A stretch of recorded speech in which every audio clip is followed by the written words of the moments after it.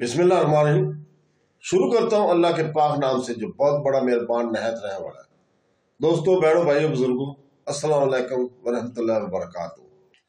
اسلامی غزوات، حضور پاک صلی اللہ علیہ وسلم کے غزوات النبی صلی اللہ علیہ وسلم کے اس غزوہ ابوا کی تیسری قسط میں ہم آپ کو خوش آمدید کہتے ہیں۔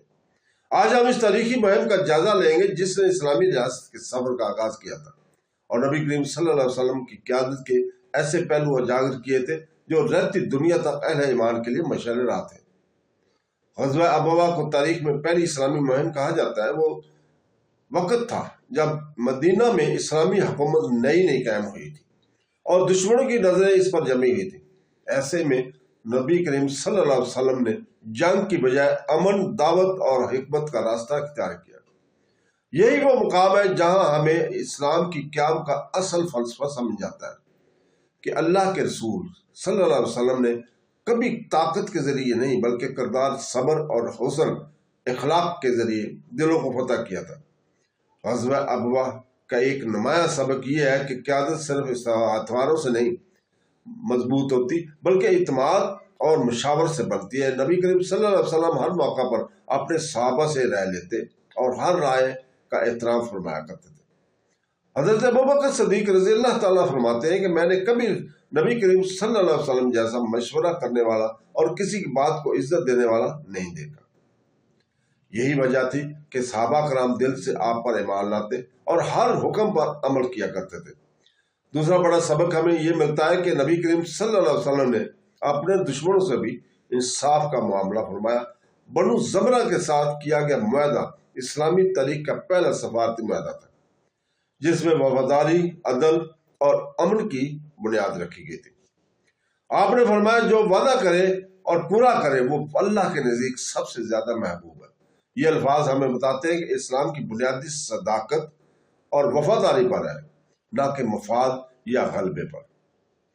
دوستوں، بہنوں، بھائیوں، تیسرا سبق ہمیں یہ ملتا ہے کہ ایک مسلمان معاشرہ صرف عبادت سے نہیں بلکہ نظم و ضبط، دفاعی تیاری اور باہمی تعاون کے مضبوط ہوتا ہے۔ نبی کریم صلی اللہ علیہ وسلم نے غزوہ ابوا کے بعد مسلمانوں کو نظم اور تنظیم کی اہمیت سمجھائی۔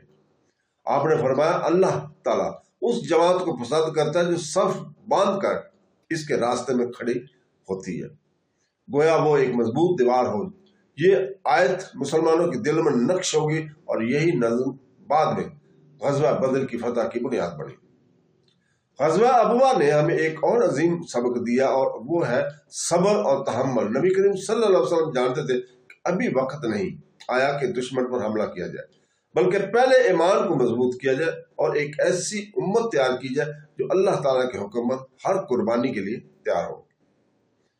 یہی صبر آگے چل کر اسلام کے عروج کی بنیاد بنا تھا۔ مدینہ کی ریاست میں غزوہ ابوا کے بعد جو تبدیلی آئی وہ صرف سیاسی نہیں تھی بلکہ روحانی بھی تھی۔ مسلمانوں کے دلوں میں اللہ تعالیٰ پر بھروسہ بڑھا اور جان گئے کہ اگر قیادت نبی کریم صلی اللہ علیہ وسلم کے ہاتھ میں ہے تو کامیابی یقینی ہے۔ حضرت علی کرم اللہ وجہہ رضی اللہ تعالیٰ عنہ فرماتے ہیں جب ہم نے نبی کریم صلی اللہ علیہ وسلم کو دیکھتے تو ہمیں یاد آتا کہ اللہ تعالیٰ کا دین زندہ ہے۔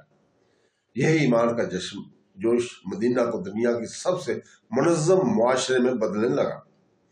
غزوہ ابوا، جنگ ودان، ہمیں یہ بھی سکھاتا ہے کہ کسی مشن کا آغاز چھوٹا ہو تو بھی اور اگر وہ نیت، اخلاص اور حکمت پر مبنی ہو تو اللہ تعالیٰ اسے عظیم بنا دیتا ہے۔ نبی کریم صلی اللہ علیہ وسلم کی یہ مہم بظاہر ایک چھوٹا سا قافلہ تھا مگر حقیقت میں یہ قافلہ اسلامی تاریخ کے سب سے بڑے انقلاب کی پہلی چنگاری تھا۔ تو دوستوں، بہنوں، بھائیوں، بزرگوں، جب ہم غزوہ ابوا پر غور کرتے ہیں تو ہمیں یہ احساس بھی ہوتا ہے کہ نبی کریم صلی اللہ علیہ وسلم کی قیادت انسانی عقل سے ماورا ایک الہی رہنمائی تھی۔ آپ نے نہ صرف دشمنوں کو زیر کیا بلکہ دلوں کو جیتا اور عدل اور اخلاق کی بنیاد پر امت کو متحد کیا۔ یہ سیزن جو ہمیں شروع کیا ہوا ہے اس کا اختتام ہے آج، پہلی جنگ ابوا کا آج اختتام ہے، مگر یہ اختتام نہیں بلکہ آغاز ہے